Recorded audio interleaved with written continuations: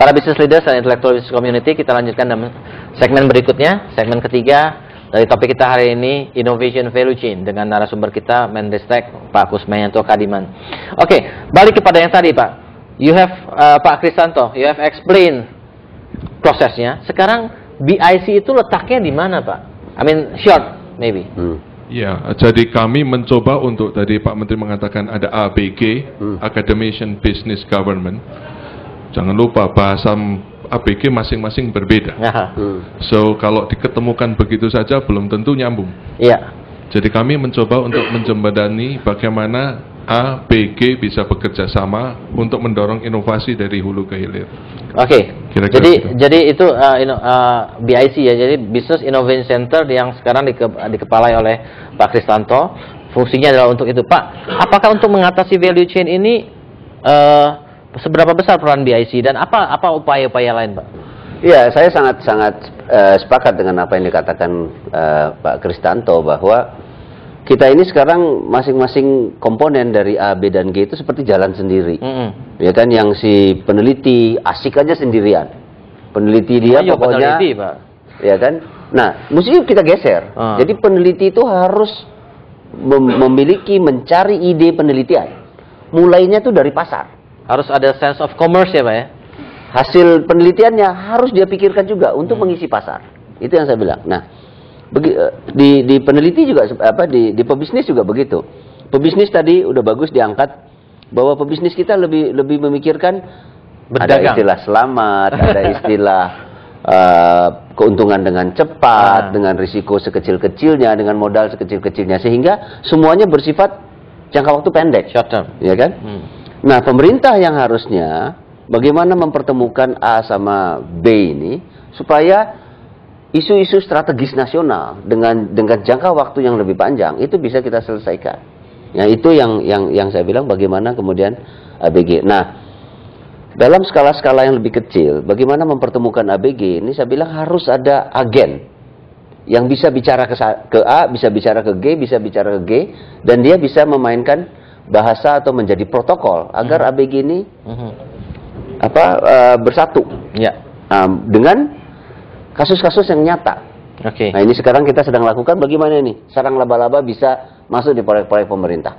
Dalam artian pemerintah menjadi yang pertama yang memakai, walaupun tidak harus yang pertama juga kenyataannya, tapi yang skala yang signifikan. Sehingga itu terbukti, kemudian itu menjadi tanda petik pemasar tersendiri. Mungkin ada komen dari audiens, Pak Adi, silakan. Terima kasih Pak. Ini untuk Pak Menteri.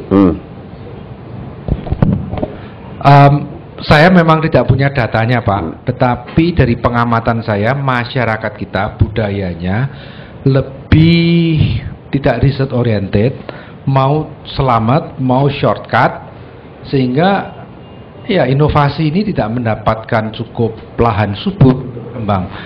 Bagaimana menurut Bapak? Tadi Bapak juga sudah menyampaikan aspek pendidikan kan yang berperan. Jadi masyarakat kita relatively menurut Pak Adri dibandingkan bangsa lain relatively risk avoider atau laggard gitu ya. Bukan early adopters tapi laggard, tunggu orang lain pakai dulu deh baru saya pakai gitu ya. Apakah memang ya di satu sisi itu, tapi sebetulnya ada yang lebih fundamental menurut saya. Yang lebih mendasar adalah saya ingin melihat kesungguhan dari masyarakat kita. Saya kawinkan tadi antara budaya sama pendidikan. Coba kita lihat. Anak-anak Indonesia kita tanya aja yang katakanlah sekarang ABG satunya lagi. Coba tanya. ABG beneran nih, 15 tahun lagi mau jadi apa? Bunyi nggak? Nyaris nggak bunyi. Karena mau jadi artis, Pak. Karena apa ya? Kalaupun dia nyebut klise. Aku mau jadi insinyur, aku mau jadi dokter, aku mau jadi jenderal. Itu kan klise banget.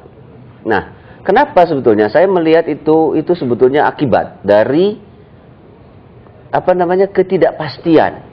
Ya, jarang sekali begitu dia melewati masa akil balik, masa ABG-nya itu, dia mulai bikin rencana. Jadi kita tidak dibiasakan membuat rencana, kemudian lebih jauh lagi melaksanakan sesuai rencana. Nah, itu juga di dalam keinsinyuran kita seperti itu. Dia mau bikin apa sih? Kalau kita bilang riset tadi, dia mau riset apa sih? Ujungnya itu seperti apa? Kemudian langkah-langkah menuju seperti apa? Inginnya bypass. Padahal bypass kan hanya kalau orang yang sudah bermasalah baru dibikinkan bypass kan. Kita kan maunya harusnya kan gitu. Secara strategis, sistematik, terstruktur, kita tahu kita mau kemana. Nah itu yang menurut saya budaya kalau saya gabungkan dengan pendidikan itu tahu. Oke. Jadi kalau mahasiswa itu tingkat 1, dia udah kepikir nanti tugas akhirku apa, my final project apa. Karena dia sudah bayangkan final projectnya, kuliah-kuliah yang diambil pun menuju ke arah sana. Sekarang kan enggak. Ya terserah deh dikasih seperti apa sejadi. Nah, Oke, Pak Kris, kita balik lagi, kita punya usaha untuk mengatasi innovation value chain kita yang lemah ya. Kita anggap the idea of Menristek ataupun BIC itu kita masukin aja ke dalam framework ini ya. Kita anggap itu idea generations. It's baru idea. Pak, sudahkah sampai conversion ataupun difusinya tentang usaha yang tersebut, Pak? Jadi usaha itu kan ada idea nih ya. Berapa lama baru dijalankan nih, Pak? Nah, itu kan idea generation, bisa mungkin karena in-house, Pak ya. Sudahkah itu cross pollination? Maksudnya apakah idea tersebut sudahkah dijajankan atau dijajakan ke departemen-departemen lain? Apakah sudah kita cari idea dari luar, dalam arti kata kita belajar di negara-negara lain bagaimana kita inovasi kita lebih supaya lebih unggul?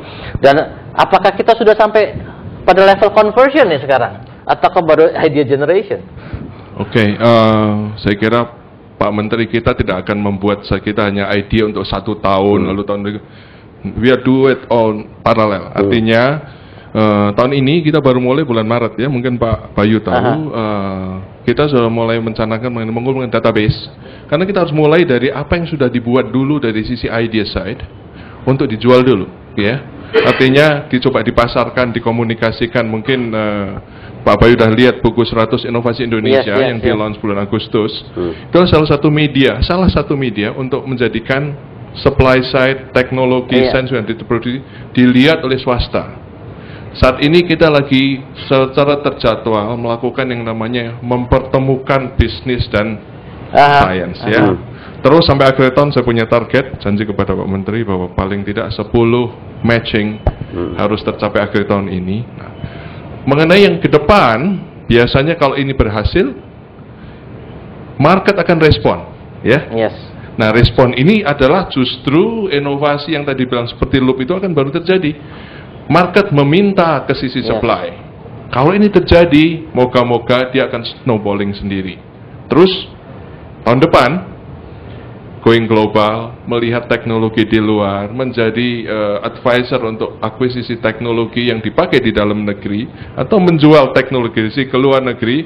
Moga-moga akan terjadi setelah kita bisa melewati fase kita berinovasi secara lokal dulu. Jadi kira-kira kita punya sampai 2009, moga-moga yang basically this cabinet gitu ya. Bagus, gimana bagus?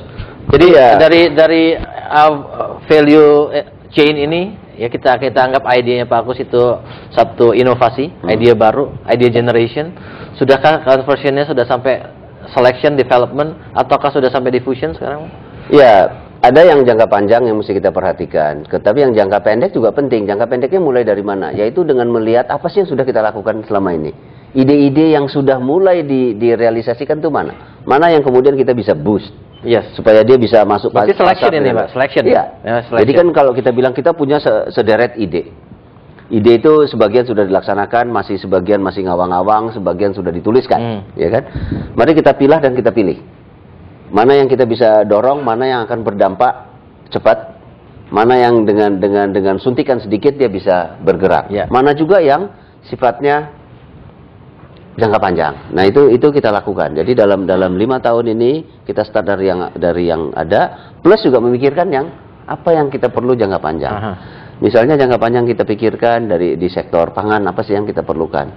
Sektor pangan misalnya, bagaimana ini mengeluarkan Indonesia dari ketergantungan kepada impor kedelai, dari impor terigu misalnya, apa yang itu bisa dilakukan? Mulai dari mencari bibit, on farm, off farm, itu kita lakukan. Di sektor energi, plus sektor-sektor yang tapi itu kembali itu baru idea generation ya, Pak? Betul, tapi beberapa sudah kita lakukan. Conversionnya? Conversion yang kita lakukan. Ada yang berhasil, ada juga yang gagal karena technological failure, ada juga yang karena market failure. Yang menarik tentang market failure adalah teknologinya jalan, pasarnya yang nggak jalan. Pada waktu kita sukses menuangkan ide mengubah bahan-bahan panen dari alam menjadi bahan bakar. Contohnya saya ambil contoh, minyak sawit jadi biodiesel. Sukses secara teknologi.